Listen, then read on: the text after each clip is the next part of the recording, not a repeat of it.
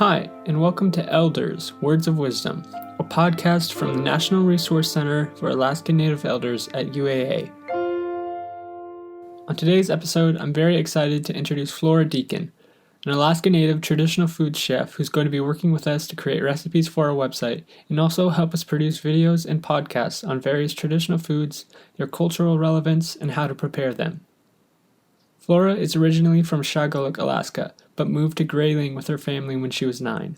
For Flora, food has always been a passion. I've always loved food. From the time I could remember, I was always interested in how to prepare food, but I was always wanting to know more. After her kids were grown, she decided to pursue her career in the culinary field. She applied to a school and was turned down, but that didn't stop her. She found a job working as a baker at the Grand Aleutian Hotel in Unalaska. And I'd never worked in a professional kitchen before. I'd never even set foot in one. Not a clue, what was going on in there. But I started, doing really simple things like making muffins and, really easy things. Flora worked part-time on the weekends for 6 months until she decided to apply for culinary school again. And this time, she got in. So everything was really new to me, but at the same time, I loved it. I really felt like this was where I'm supposed to be. Flora graduated in 1999, and since she had little experience outside of culinary school, she took a job working seasonally on the North Slope. And I was building up my own skills as a cook. I really set out to make the best pizza, make the best lasagna, make the best, whatever it was. So I got really good at cooking food. Working seasonally became tiresome for Flora, and while working in ADAC, she got wind of an exciting opportunity. Actually, my roommate told me that they're looking for people for Antarctica, and that really got me excited because I really wanted to go somewhere else. I wanted something new. What do they have down in Antarctica? After applying, she heard back a month or two later from the company asking her if she'd like the job, and she accepted. And I just started to discover through that job that there are people out there that really enjoy healthy food. After years of cooking in settings where healthy options didn't really exist, this new opportunity was very welcoming for Flora. People that really wanted to eat bread with nuts and, whole grains. I made a vegetable lasagna one time, and it was all gone, in a matter of minutes. Her experience in Antarctica changed the way she looked at food, and she really liked cooking healthier. After 3 seasons, she returned to Alaska for good and started working at camps again.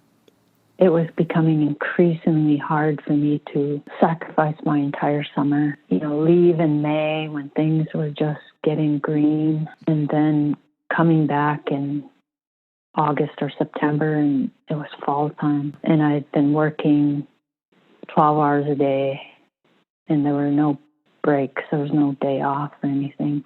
Flora knew she wanted to cook healthier foods and even thought about teaching. In 2009, she connected with some researchers at the University of Alaska Fairbanks working on a nutrition project. Sarah, who was the project manager, looked at me and said, "We're looking for a chef." And I said, "Holy cow," because she hired me pretty much on the spot.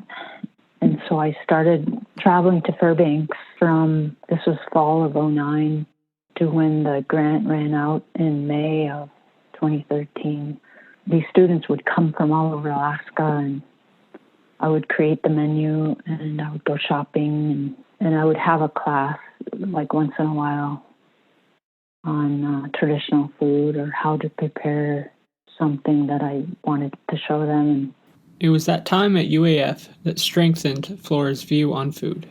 Working in Antarctica sort of got the ball rolling, but this program really changed. I did not want to go back to cooking for people anymore. I wanted to just teach.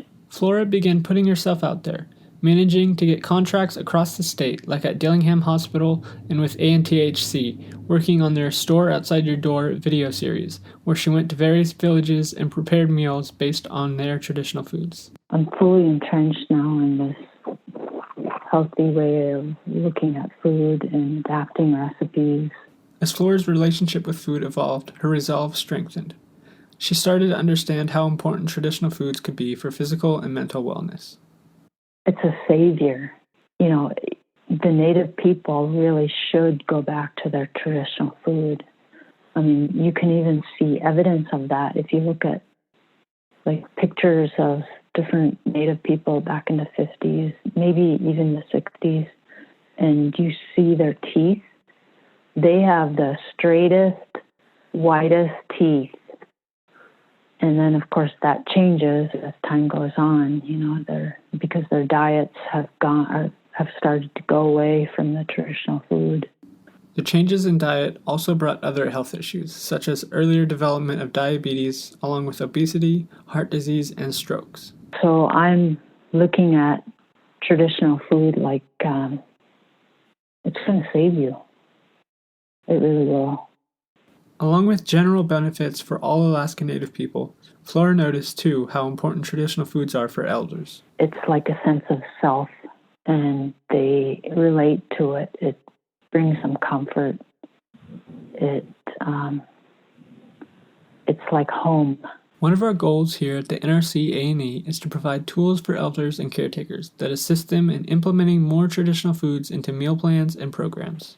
I would really like to see more people preparing our traditional food for the elders, because I understand where they're coming from. You know, they're pretty much stuck in the nursing homes, and they have to eat whatever is put in front of them. And they may not get very many visitors because their families are probably not living in Anchorage. And so all they have to look forward is the food that is given them. And if they were given food that, you know, if they knew that, you know, this stew was made with moose meat, you know, that would definitely comfort them. I'm sure it would just make them happy. Flora has found her footing as a traditional food chef in Alaska, and if it's not clear, she's settled on what her ultimate goal is. I teach people to cook, and I teach them to cook traditional food, and it's to help them be more healthy. Thanks to Flora Deacon for chatting with me for this episode. The NRCANE is very excited to be working with her on our traditional food series, which will include recipe development, podcasts, and food prep videos, all coming in the near future. We hope you enjoyed this episode. Stay up to date with NRCANE news by going to our website or following us on Facebook and Instagram. Until next time, I'm Thomas Moore. Thanks for listening, and I hope you have a great day.